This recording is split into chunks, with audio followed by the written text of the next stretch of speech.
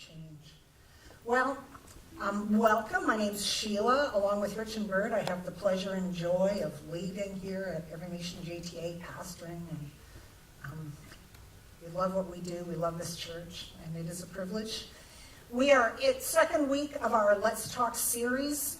In about 2010, Bell Canada decided to start a public conversation about mental health.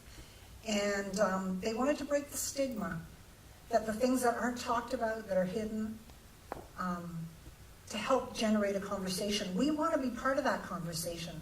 We think the church is a place where we should be able to talk about the real things, the things that people, each of us as individuals and those around us face and struggle with. And so we want to every year be part of that conversation. So today, let's talk. It's my turn, and we're going to talk about anger. Now, I've been thinking for months that when we did this Let's Talk series that it would be a really good idea to do a message on anger. And so Bert and Rich and I are doing some planning, and I put forth this idea, let's do a message on anger, and they think it's a great idea, and then they look and they think that I should do it. So I'm thinking, why do both of them, just simultaneously think I'm the one qualified to talk about anger? I don't know. I bounced it off one of my kids, and well, anyway. So I'm going to talk about anger today. And I think there's a lot of confusion about anger.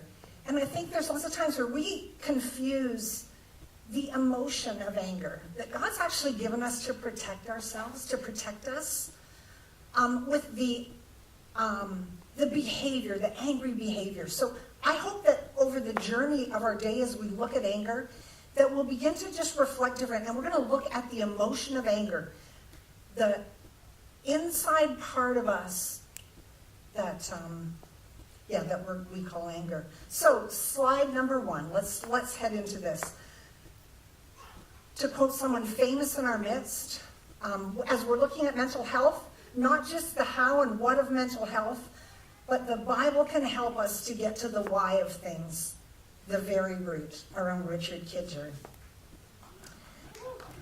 Yes.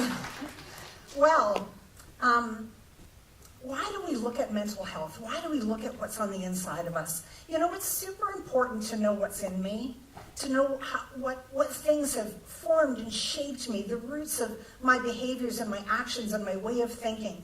We use the word self-awareness. Not just us, the counseling world uses that, the church world uses it. And as we're aware of what's inside of us, as we're aware of the really good things, the things that trouble us, it actually brings us to the place of growth. Because when I can see and admit my areas of struggle and of brokenness and of pain, it's actually lets God get into that place, God and others, as I open myself up to bring growth and change and a new life deep within me. The other thing it does is it brings us to a deeper place of worship. The more we understand who we are, how God has gone deep within us, how God over the days and years and months of our life actually changes us, it brings us to a place of worship. I often wonder where I would be if Jesus wasn't in my life. And I'm old enough to be able to reflect back on a lot of years and think, if in my teenage years Jesus hadn't broken into my heart and my life, where would I be today? So as we're aware of who we are and the growth and the change that God brings in our life, it makes Jesus bigger. It brings us to a wonderful place of worship. The second thing it does is when we were praying before the service, Bert talked a little bit about something from Corinthians about the areas where you've been comforted, you're able to comfort others. And we talk about discipleship or being teaching and training others, bringing others along in the faith. And you can't take somebody on a journey you haven't been on. So the more we grow and change as individuals, discipleship isn't just about reading a book or doing a Bible study or learning certain things. It's about the real true growth inside of us as we become more and more like Jesus. So we become aware, and we grow, and we can bring others on the journey. We often look, when we're talking about emotional things, at what was written by David. In the book of Psalms, we have recorded prayers and worship that were penned by David, who was a king in Israel. I'm going to go there a fair amount again today because David has this way of expressing stuff that we really feel. It might be anger and loss and sorrow. It might be joy and happiness. But he has the words that actually capture human emotion throughout the generations. So I'm going to start just with a small portion from Psalm 139. Oh Lord, you've searched me. So here's David. He's saying, God, look down in the deep parts of my heart. Lord, you've searched me. You've known me. You know when I sit down and when I rise up. You discern my thoughts from afar. You search out my path and my lying down.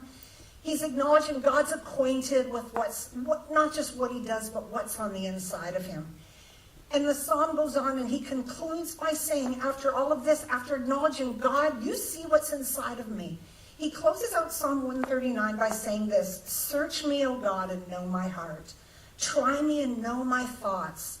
See if there be any grievous or hurtful way in me and lead me in the way everlasting. And as we talk about mental health and as we're brave enough to look even at the things in our life that might have affected us or we might struggle with, let our prayer be like that of David. Oh, let me be brave enough to open my heart and say to God, once again, search me, search what's inside of me. In my early 20s, I suffered depression. I went to the medical doctor. I had some antidepressants. I got through that season of my life, but in that, I started to be mindful that good health is far more than eating well and exercising and the physical things, but that for my long-term health as a human being, I started to become aware that there were things on the inside that I needed to let God's light shine. So let's talk about anger. There's lots of stories about anger in the Bible. There's people who did anger well, and there's people who did anger poorly, and I don't know how else to say that. There was Balaam, whose donkey, if you've never read that story, the donkey started to talk and was trying to tell him some things from God, and Balaam got really mad and kicked the donkey. We're not going to talk about that. There was Moses, who when the people created golden calves, idols that they began to worship, it says he got really angry and he destroyed those things. We're not going to talk about that.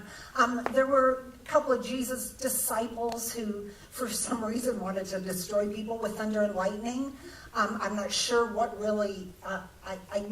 part of Jesus' message they missed. The part about do unto others as you would have them do unto you. But for some reason, they thought thunder and would be a good way to deal with people who didn't like Jesus. I don't know. We're not going to go there.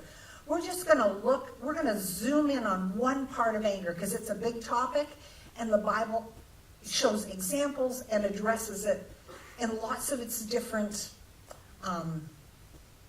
faces. But we're just going to look at the emotion and process what it looks like to have an unresolved emotion of anger and how it affects our mental health and well-being. David, as I said, who else is better than expressing what's on the deep inside part of us? He said in Psalm 32. So he's talking about when you keep things buried away, and I think this is really important as we're going to talk about anger today, because here's the thing before I read this is nobody likes to admit they're angry. It's not really socially acceptable. It's when we do get angry, well, she made me angry. Well, if he hadn't said that, well, my anger was justified. It's really hard to admit you're angry. You can admit other things. I'm sad. You can admit other emotions. Obviously, the good ones, because we think in those terms. We think in good ones and bad ones. The good ones, happiness, joy, you can admit those. But to admit that you're angry, a little harder journey to take. David in more than one place, but I want to read this one. When you hide stuff inside of you, David says this, when I kept it all inside, my bones turned to powder. My words became day-long groans. The pressure never let up. All the juices of my life dried up. Then I let it go. And I said, I'll make a clean breast of my failures to God. Suddenly the pressure was gone, the guilt dissolved, my sin disappeared. This is the Message translation. David told us his story. When I kept sin, when I kept things bottled up inside of me. It was like my very bones were crumbling and drying up within me. When I came clean before God and others, the pressure lifted. Here's another verse. I learned this verse in King James Version, so you're getting it in King James Version.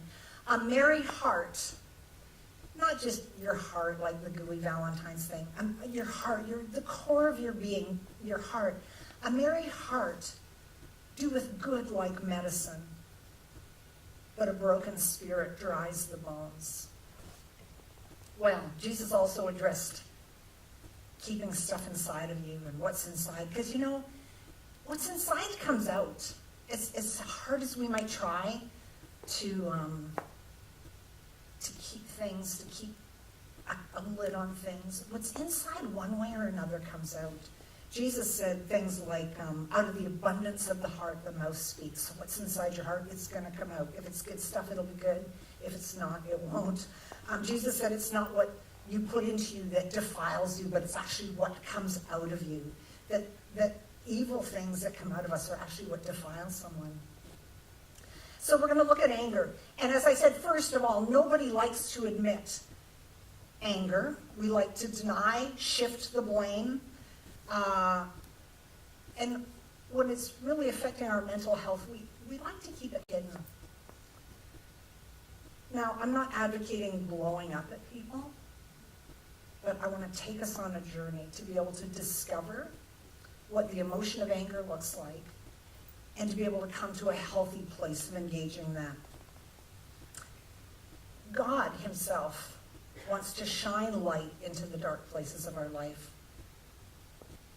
1 Peter, the Apostle Peter wrote this, you, all of us, you're a chosen race, a royal priesthood, a holy nation, a people for his own possession.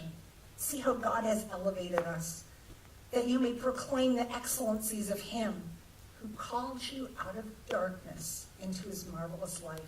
This is an image continually through Scripture of the darkness that can be in the heart of each one of us, and the gracious move of God in our life to bring the dark things into the light. He's called each of us out of darkness. This isn't a one-time thing. This sometimes is a journey in life. There's that moment of salvation, yes, when we put our faith and the weight of our faith in Jesus.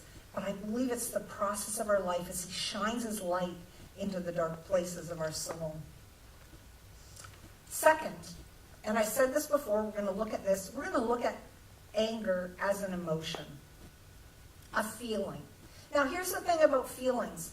You don't choose your feelings. Well, you can work on them, but you don't choose them. A lot of times when you feel something, it's an automatic thought. I was happy, something happened, I'm flooded with anxiety, sadness, worry, depression. Sometimes it's the moment where something happens, it triggers something inside of us. Anger is often that way. I don't wake up in the morning and think, this is the day I am going to get angry with Bert. And here's my plan. No, something happens, something gets triggered, the kids do something, somebody says something, the guy driving in front of you, the clerk at the grocery store who did something you didn't think she should. And something sparks that thing inside of us, that emotion of anger. Paul said something interesting, and often as Christians we say this, and I don't know, what does it mean? But the Apostle Paul, who wrote a whole bunch of the New Testament, he said, be angry, but don't sin. Be angry, but don't sin. Therefore, Ephesians, Paul wrote, therefore, having put away falsehood, let each of you speak the truth with his neighbor, for we are members of one another. Okay? Function well as a group. Speak the truth to one another. We're all interrelated. Be angry and do not sin. So in the context of this, it's in our human relationships, how we relate to one another. Be angry, because it happens, because we're imperfect people trying to walk life out together, and I might do or say something, and you might do or say something. Be angry, but sin not. Do not sin. Do not let the sun go down on your anger. Do not give no opportunity to the devil.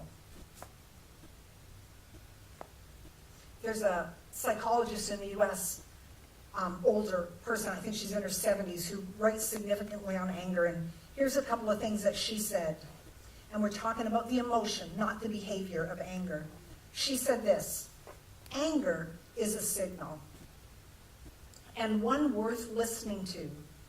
Our anger may be a message that we are being hurt, that our rights are being violated, that our needs or wants are not being adequately met, and simply that something is not right. Anger is something we feel.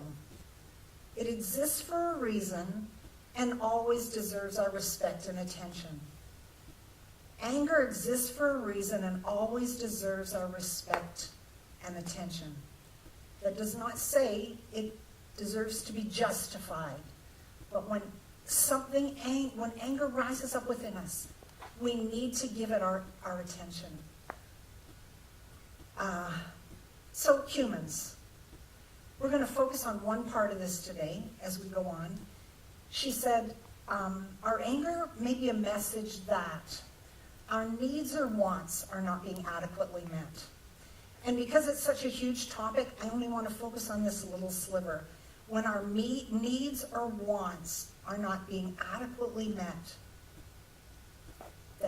that often the human emotion that rises up within us at one level or another, it might be loss, it might be sadness and sorrow, and it might be anger. Humans have basic survival needs. We have the physiological stuff: air, water, shelter. I know there's a bunch of them, but I did get 3, so that's really good. We have physiological needs, but we also have emotional, physical, and spiritual needs. And it's easy for us to think we can place my emotional needs or my spiritual or psychological, they're just not that important. We can dismiss them. Sometimes we want to bury things because we need to survive and exist. I think kids do that a lot. Kids have an amazing ability to survive life's worst circumstances. And you wonder how they do it. And I think there's something within us that can kind of box things up and not face them. But to grow as Christians, to grow in our faith, to grow as human beings, we've got to kind of peek in that box and see what things are in there. So we have basic needs, physiological needs. We also have emotional, psychological, and spiritual needs. Anger is defined as the intent to preserve one's worth, essential needs, and basic convictions. Anger is defined as the intent to preserve. So when you feel like your worth and the things you need and your convictions, someone is dismissing them or not paying attention to you, anger is often that thing that goes, wait, I want to be heard. I want my voice to be heard. Wait, what about my needs? But I really do have needs, and they're not being met. The New Testament actually addresses our emotional needs probably more times than you would have on a quick reading paid attention to. Richard often draws us to the one another's in the New Testament. I don't know, I think there's like 50 or 60 of them, where the Bible tells us, the New Testament tells us, how we are to treat one another. If you look at the one another's and the treatment I'm supposed to treat you with and how you're supposed to treat me, it's actually things that address our emotional well-being. So, I'm going to throw a bunch of them up here. Do not try to read them all, but I'm going to summarize them. So, love one another. The New Testament says love one another. We have a deep need created within us from the foundation of time to be loved. And if love is withdrawn and love is withheld and love is manipulated, then we're damaged and we're hurt on the inside. It says be devoted to one another. Be devoted to loving one another. We have a deep human need that someone would take care of us. And remember, this is God communicating and acknowledging things we need. So some of the one another's are things like serve one another, carry one another's burdens, offer hospitality to one another. We have a need to be looked after, and it's okay. God made us that way. We have a need for kindness and encouragement. We have a need for good and kind words to build us up on the inside. There are so many things that say encourage one another, admonish one another, strengthen one another with your words, bear with one another, forgive one another. We have a need for peace and safety. Be at peace with one another, live in harmony with one another. We have a need. Long before the writing of any psychology textbook, I mean, if you read a psychology textbook, if you've taken a psych class at university or college and they talk about your emotional needs, way before that, God identified to us the things that we as human beings need on an emotional level. And as we're looking at anger today, if those things have been withdrawn or in your childhood manipulated or just missing, we're going to have a spot where maybe there's a place where there's anger. That those things that you really, really do need as a human being have been withheld or twisted or violated. When the one another's are neglected, missing, violated, we feel something. We feel sadness, we feel grief, we feel loss, and often we feel anger. And here's the thing. You can say, oh, but it was okay, because my dad was never there because he was trying to provide for the family, and so I lived all the years of my childhood with maybe a dad who was in the home and wasn't present or just wasn't there at all. Or, we can justify things where our need for love, well, yes, somebody used cruel words towards me, but maybe I really deserved it, and we can justify things. But if it's unresolved, and if it's down there, then probably the most dangerous thing about anger is that eventually it's going to come out. One author that I like, he talks about a slush fund. We always think of a slush fund as a place where you put money in. Actually, it was, at one time, it was illegally gained funds that made a slush fund. But, if you keep letting emotions store up in your slush fund, eventually that pond spills over. And it comes out maybe not in the place where the anger was, kind of started out in you. Examples. Here's one. You're at work and your boss is nasty and it's been a hard day and your coworkers are disrespectful and and you come home and you yell at your spouse or you take it out on your kids. Anger's going to come out. If we don't work through it in a healthy way in the right place, it's going to come out. Some common behavior in anger is passive aggression. So you just decide, I'm not going to be angry, but instead what you do is you withdraw. This is a great one in marriage, right? Let's just not talk to one another for the next 6.5 days.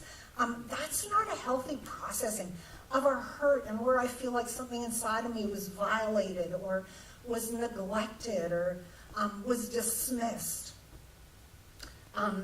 Sometimes it's painful things that happen as a kid that come out in your adult behavior. And I'm going to get to a little story before we close about me. And I know that's something true about me. When something touches on something that was a little twisted in my childhood where a need wasn't met of me, if somebody touches on that thing inside of me, sometimes I will respond in anger when it wasn't that person that I'm really angry with. It was probably my dad. So sometimes our anger, when we're trying to, it'll come out in the wrong place. You're not even really the person I'm angry with, but something it touched on inside of me, that thing's going to come out of there. See why we need to be aware of what's down on the inside of us and let Jesus shine his light in there. And let those things, let him do his work of healing within us. The other way that anger comes out, sometimes it comes out against others. Sometimes buried down deep anger for unmet emotional needs many, many times comes out in things that are really self-destructive. So an unhealthy relationship with food, and I don't just mean anorexia or bulimia. Overeating is an unhealthy relationship with food. The new one I've been reading about is orthorexia, obsession with ortho or straight eating. You know, I've got to eat pure this and that and organic and eliminate this and eliminate that. Sometimes an unhealthy relationship with food, we actually are damaging ourselves. And it has nothing to do with the food. It has to do with the unresolved emotions, unmet needs, things where we want to let God shine and help us with the help of one another, maybe with good counselors, get to those things and grow and change. And sometimes it's addictive behavior. And we think of addictions as drugs and alcohol. Listen, you can be addicted to a wide range of things. You can be addicted to Netflix. You can be addicted, I know someone personally who's addicted to shopping. Seems hilarious sometimes, except when you see the credit card bill, where you go to something for comfort for a deep need. Depression, anxiety, sleeplessness. What emotions are unresolved that need to come to the surface, that need the healing hand and touch of God. So, I said I was going to tell a story. I'm going to tell a story. I was reading a book a couple of years ago, and the guy's not a Christian. He's a Vancouver doctor. It's a book because I like to read things on mental health and stress, and so I was reading this book on stress, and it was a really great book. Great book. Not a Christian, interesting stories, works with homeless people in Vancouver. And I was just getting this book, it's lined and drawn. And I brought it because when I dug it out to look at it, I realized I never finished the book. Because I got to the last chapter, and the last chapter was called The 7 A's of Healing. And I think I did the first one and the second one and the third one, and man, this was good stuff. And then I got to one that was anger. I did not reread it. I don't know what he said. I can't remember. The bookmark was still there in that place where I stopped reading. Because though this wasn't the Bible and it wasn't a Christian book and it wasn't a Christian author, what's interesting what the Holy Spirit and God himself can do in our hearts. And as I began to read about anger, in the summary of this book, and the cost of things that are hidden, the cost of hidden stress, the cost of things that were hidden in my life, I realized I had a super unresolved situation. I'm not going to give all the details. We had been with some friends. One of the friends said something that just triggered probably my inner voice of my dad. Who knows? We don't even need to go down there. But it triggered something inside of me. And there's a big part of me that can say, when I kind of yelled at him sitting in a restaurant, I know, embarrassing. When I kind of yelled at this man sitting in a restaurant, there's a part of me that would to this day tell you he probably deserved it. He said some inappropriate things, anyway. That was not the point. The point was, as I read this, and I read that, one of the hidden costs of things that are, the things that are buried inside of me can be destruction to my own health and well-being.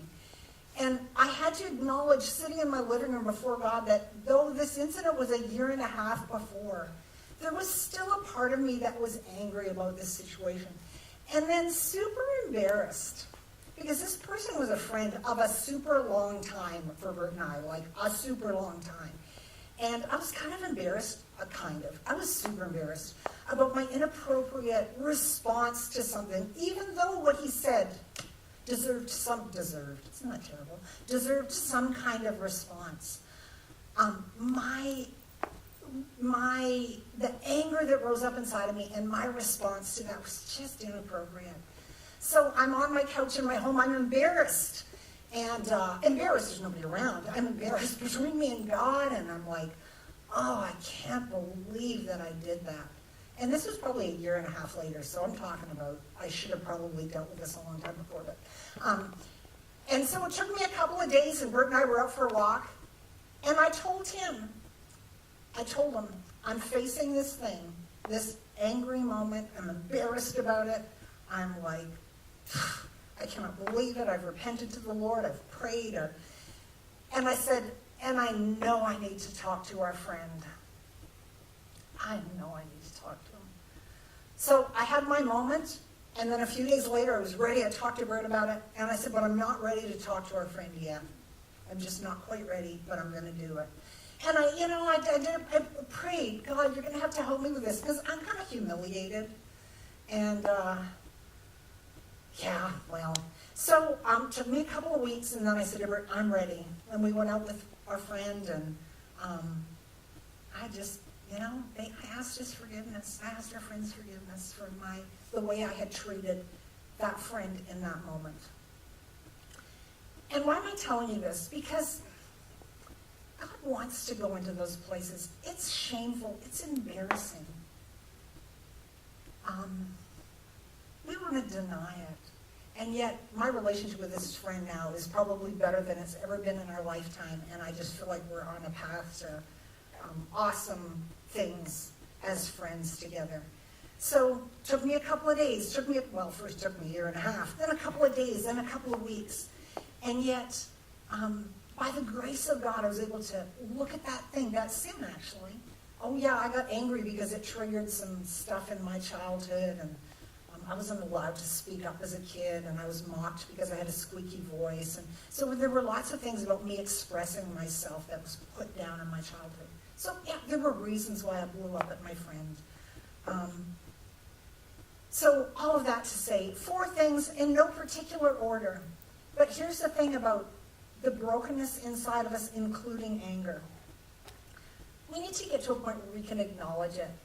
There's darkness inside of me that I need the light of God to shine on. We need to find the places to express that appropriately. Maybe there's some things this week in your small group where you actually need to talk to one another about stuff that you bury away, like anger. The other thing is to know your vulnerabilities. So here's the thing, one of the many things I learned from that situation, and I've known it from other things in my life, but anyway, know yourself, know your vulnerabilities. I know that when I feel backed into a corner, my natural reaction is to fight. Some people, there's fight, flight, and freeze, your reaction to emotional things. Well, depending on what it is, I'm going to fight. I know my vulnerabilities. Well, I'm learning them. Maybe I don't know them all. And then do what you can to make things right. One final story, and it's not mine. It's David and Nathan. So David had taken, because we're using David a lot as we talk about emotional well-being and health, David had taken another guy's wife. Not a good thing to do. And then because he had taken someone else's wife, he had the husband killed. Also not a good thing to do. Nathan, a prophet, comes to him. Some of you are familiar with this story. And Nathan tells him kind of a parable, a story of a guy who took somebody else's sheep. And David's response when he heard this story about this guy taking something that didn't belong to him, David's anger was greatly kindled against the man. And he said to Nathan, "As the Lord lives, the man who has done this deserves to die." And then Nathan said, "David, you're that man." After that, David wrote a psalm. Sometimes they say this psalm is in response to that catastrophic event in his life, where instead of dealing appropriately with what he had done, he let anger be projected onto somebody else. Well, this is David's response as we close today. It's Psalm 51, just a portion of it. "For I know my transgressions, my sin is ever before me. And when all is said and done," David says, "against you," he's talking to God, "you only have I sinned and done what is evil in your sight, so that you may be justified in your words and blameless in your judgment. Behold, I was brought forth in iniquity." We talk about the creation of the world being perfect, but we were all born into a fallen world. "I was brought forth in iniquity, and sin did my mother conceive me. But you," that's talking about God, important for today, "you delight in truth in the inward being. You teach me wisdom in the secret heart." And then his prayer, "Purge me, clean me, Lord. Clean me with hyssop, I'll be clean. Wash me and I'll be whiter than snow. Let me hear joy and gladness." So from this place of sorrow over the brokenness and sin in his own heart and life, he says, "Can I please hear joy and sorrow? The bones that God has broken, Let the bones that you've broken rejoice. Hide your face from my sins. Blot out my iniquities. Create in me a clean heart, O Lord. Renew a right spirit within me. Cast me not away from your presence. Take not your Holy Spirit from me. Restore unto me the joy of your salvation. Uphold me with a willing spirit.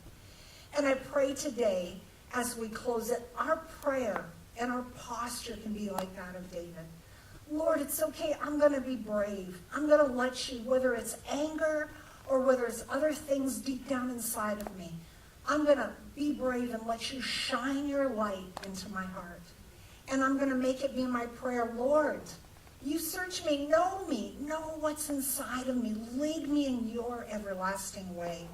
Create a clean heart in me, God. And I pray today, and I will pray for each of us, that we will be brave and courageous as David to take the inward journey as we look at our own deep down mental health. So, Father, let us be brave. Let us open our hearts to you and to one another. Let us acknowledge our sin, our brokenness, the things that have messed us up in our life, our unmet needs. Let us acknowledge those things. And let your truth and your love and your grace and your joy and your gladness go deep within us. Restore to us the joy of your salvation. In Jesus' name we pray. Amen.